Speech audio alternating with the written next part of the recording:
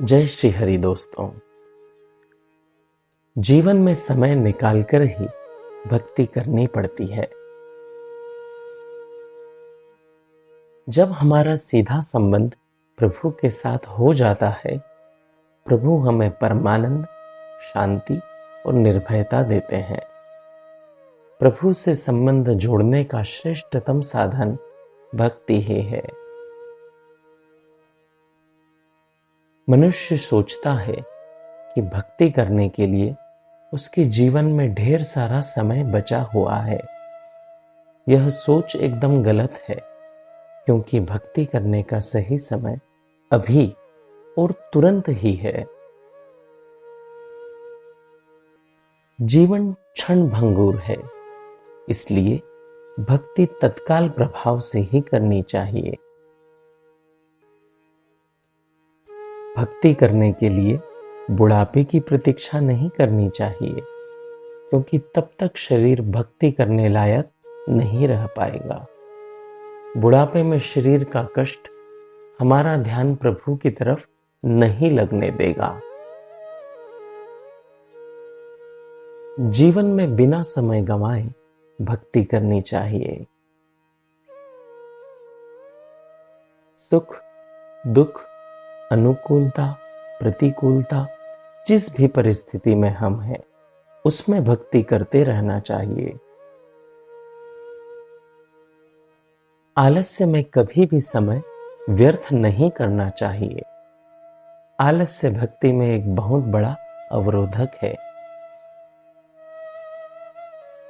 उत्तम पुरुष से यही अपेक्षा होती है कि वह आज से ही भक्ति का आरंभ जीवन में करे।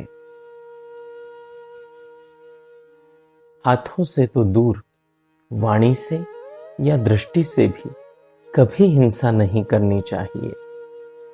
किसी के प्रति वैर का भाव नहीं होना चाहिए और किसी को दुख देने का भाव भी नहीं होना चाहिए।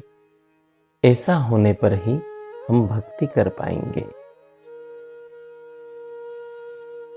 वाणी की हिंसा भी प्रभु को अप्रिय है, इसलिए वाणी की हिंसा से जीवन में सदैव बचना चाहिए।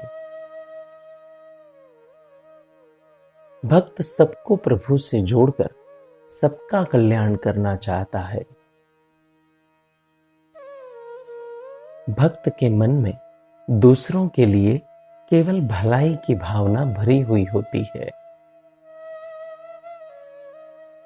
प्रभु हमारे माता पिता की भूमिका में हम सबका लालन पालन करते हैं। भक्त का अंतःकरण सबको प्रभु से जोड़कर जगत के कल्याण के लिए भरा हुआ होता है। प्रभु हमारे कल्याण की कामना सदैव करते रहते हैं। यह प्रभु का स्वभाव है। भक्त सदैव प्रभु भक्ति का प्रचार करते हैं।